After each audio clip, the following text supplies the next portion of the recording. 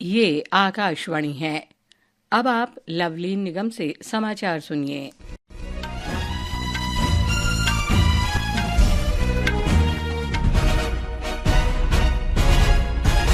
केंद्रीय गृह मंत्री अमित शाह ने भुवनेश्वर में आज पुलिस महानिदेशकों और महानिरीक्षकों के अखिल भारतीय सम्मेलन का उद्घाटन किया। 3 दिवसीय सम्मेलन में आंतरिक सुरक्षा, साइबर अपराध, माओवादी खतरे, कृत्रिम मेधा और ड्रोन हमले जैसी उभरती चुनौतियों पर विमर्श होगा। आतंकवाद से निपटने पर भी चर्चा होगी। इस दौरान विशिष्ट सेवा के लिए राष्ट्रपति पुलिस पदक भी प्रदान किए जाएंगे। यह सम्मेलन वरिष्ठ पुलिस अधिकारियों को अपराध नियंत्रण, कानून व्यवस्था और आंतरिक सुरक्षा से संबंधित मुद्दों पर चर्चा के लिए मंच प्रदान करता है। संसद के दोनों सदनों में आज शीतकालीन सत्र के लगातार चौथे दिन भी व्यवधान जारी रहा। एक प्रमुख व्यापारिक समूह के खिलाफ कथित रिश्वत के आरोपों सहित विभिन्न मुद्दों पर विपक्ष के विरोध के कारण राज्यसभा और लोकसभा की कार्यवाही दिन भर के लिए स्थगित कर दी गई। आम आदमी पार्टी सांसदों ने दिल्ली में आपराधिक घटनाओं में वृद्धि का आरोप लगाते हुए आज संसद के बाहर प्रदर्शन किया।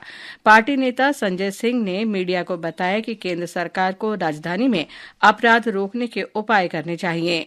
दूसरी ओर पंजाब के कांग्रेस सांसदों ने भी संसद परिसर में प्रदर्शन किया। सांसद और पंजाब कांग्रेस प्रमुख अमरिंदर सिंह राजा वारिंग ने आरोप लगाया कि पंजाब के किसानों के साथ अन्याय हो रहा है।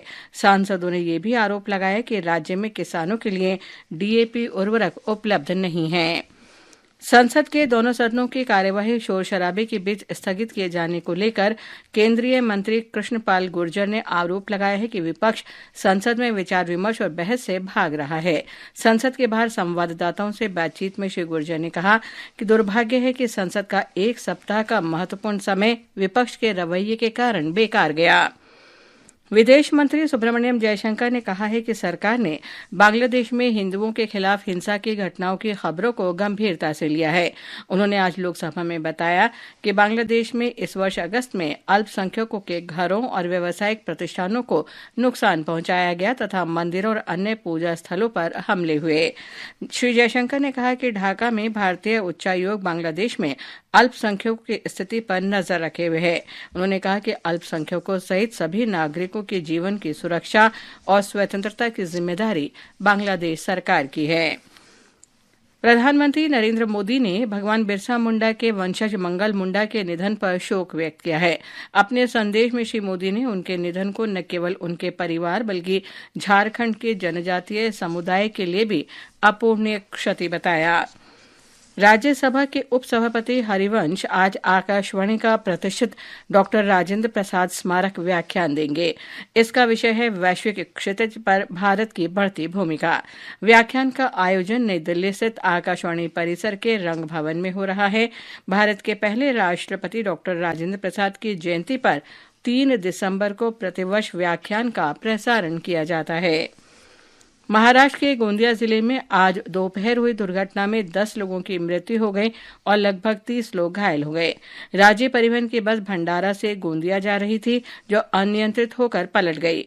घायलों को गोंदिया जिला अस्पताल ले जाया गया है। उप मुख्यमंत्री देवेंद्र फडणवीस ने इस घटना पर शोक व्यक्त किया है और अधिकारियों को घायलों की शीघ्र सहायता करने के निर्देश दिए हैं।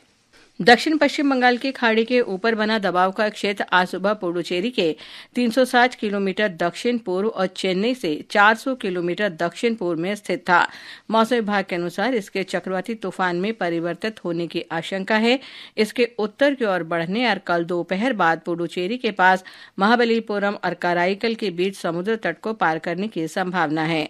इस दौरान हवा की अधिकतम गति 90 किलोमीटर प्रति घंटे हो सकती है।